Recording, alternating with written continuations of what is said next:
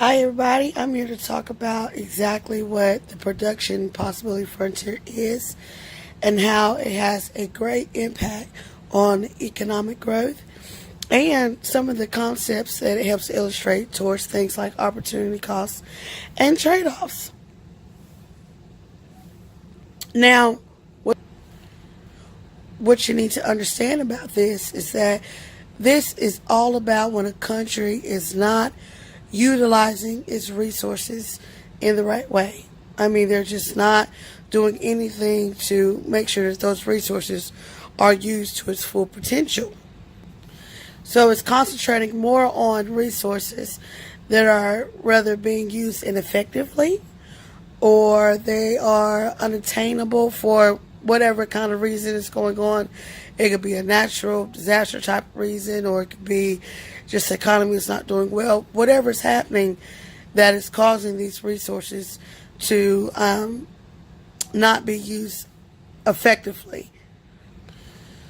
Now, when you have trade among different countries, it allows the nation to use those resources within their PPF, which is a great thing, with the whole goal being a nation's ability to allocate efficiency. And that only happens when they can produce goods or more goods that determines the growth of the welfare. It helps put the welfare where it needs to be, high on the market.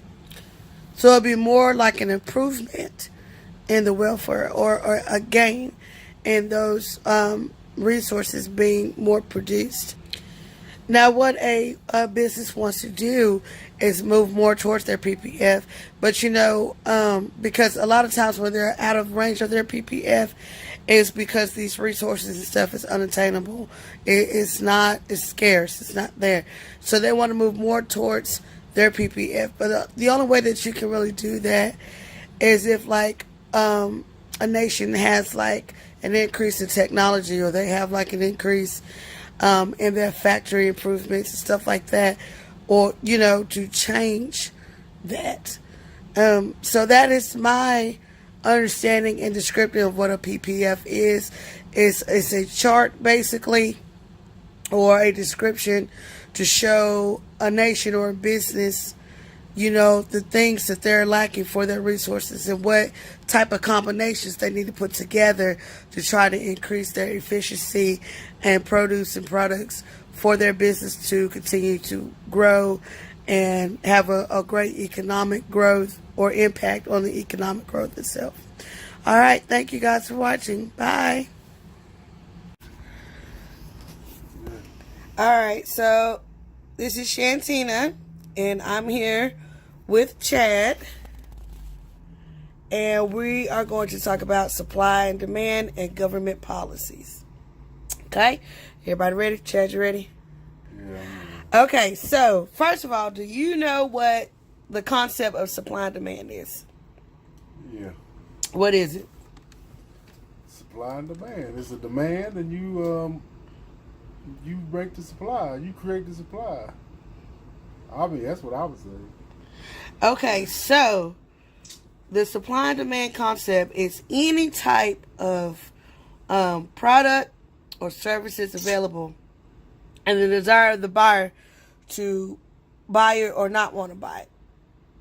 The higher the demand, the more the supply. But you have to be careful with that, because you don't want to create more of the supply than you don't have anybody demanding the product, because then you have a surplus of products that nobody wants, and then you have to cut prices to try to get people to buy. So you have to make sure that your supply and demand is where it needs to be, balanced out. Okay. Yeah. Now, another thing that we're going to talk about is government policies. Okay. Now, there are two types of government policies. You have price ceiling and price floors. Okay? Have you ever heard anything about that at all? Never. No, never heard that. Never heard that. Yes. Okay. So, now, price ceilings is anything that cannot go higher in like the government. This can include like rent prices, like they establish laws to where landlords have to like make housing affordable. Like they can't come and say in a neighborhood where the median price is like $800 for an apartment a month, and then they decide that, oh no, we're going to charge you $3,000 a month just because we can't. Like you can't go higher than what it is, because you have to make sure that the people that are buying it is something that can be affordable. So housing is a good example of price ceilings.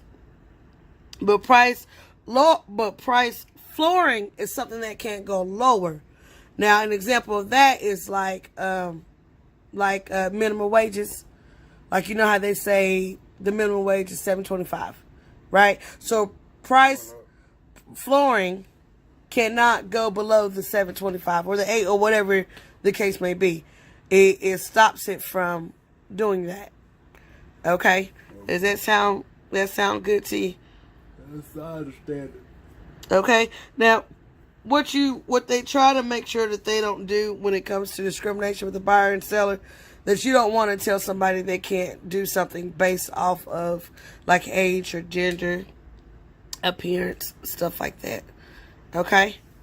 Okay. All right. So, you have any questions so far?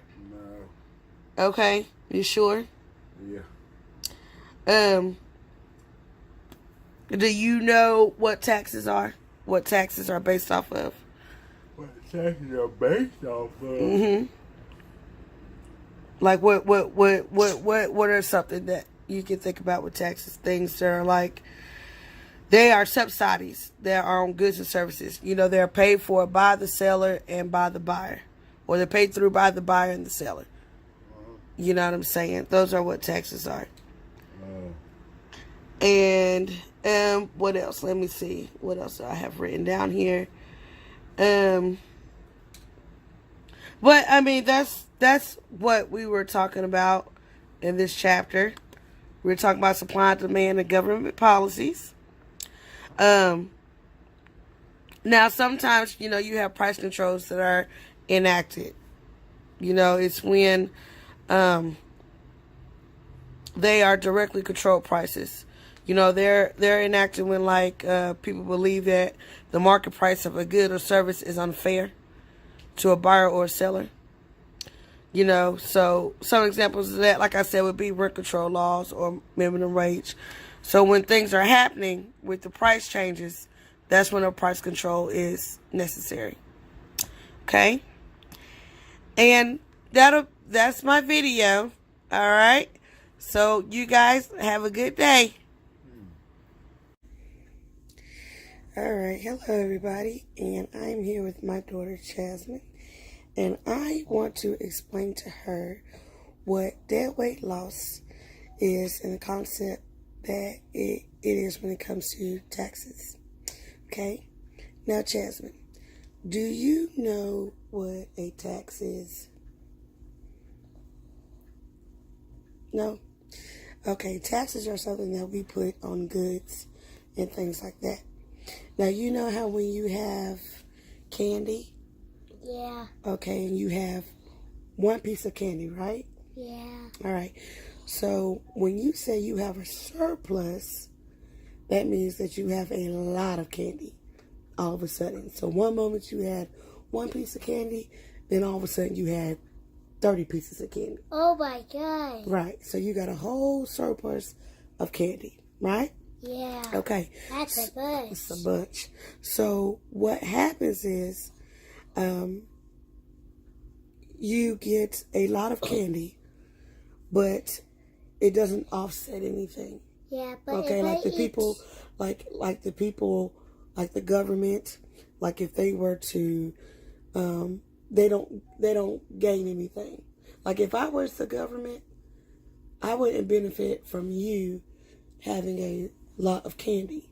You see what I'm saying? Purple pillow. Purple pillow might, but not me. But not me.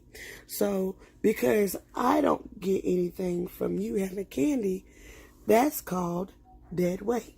What's dead weight? Dead weight is something that you can't do anything with. It's just there. It's dead weight. It's nothing you can do. Okay? So, like when you have a whole bunch of candy, it's for you, but that does nothing for me. I gain nothing by it. So I would represent the government who doesn't get anything from a surplus of money or whatever because of the taxes that were put on it. Okay? So dead weight loss is the amount of surplus that would have been generated by transactions, but now do not take place because of the taxes. So, thank you. You had a lot of candy. Well, you only had one candy, but you then had a whole bunch. But because you got taxed with it, there's nothing you could do with the candy. So now, a lot of candy hurts your teeth. So now, that causes a lot of unusable surplus, which is also considered dead weight. Okay? Okay? So, and sometimes certain types of markets can be like a monopoly. You know how we do the game Monopoly? Yeah. Okay, so this type of market, it's a market distortion called a monopoly. And sometimes, and you use dead weight loss, to measure that is produced by that monopoly. What does that mean? Like you're seeing how much of something that you have that you cannot use. Or you can't use nothing when you're not doing something. And that's like dead weight. So if you're hanging around somewhere and you're not doing anything and you're not helping, it's like you're dead weight, right? So like if you got a lot of candy that you can't use or you can't eat because your teeth are bad, that's dead weight because there's nothing you can do with that candy. And it's the same thing with taxes. Okay? When a surplus happens because of a tax that you cannot do anything with, is dead weight. Dead weight loss of a tax. And if you don't do your work or not eat snack, that's dead weight too. And sometimes when they evaluate the dead loss, it might cause, people to put stricter standards on it, safety standards or on the product, so that way you don't waste as much. Okay? So do you have any questions?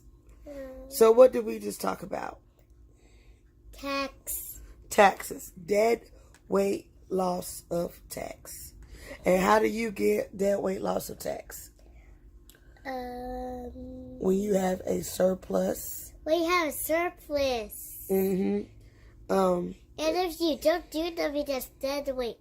That's right. Okay. All right, everybody. That's our video. Talking about dead weight loss of tax. Sorry. Bye. Love you. Bye. Mwah.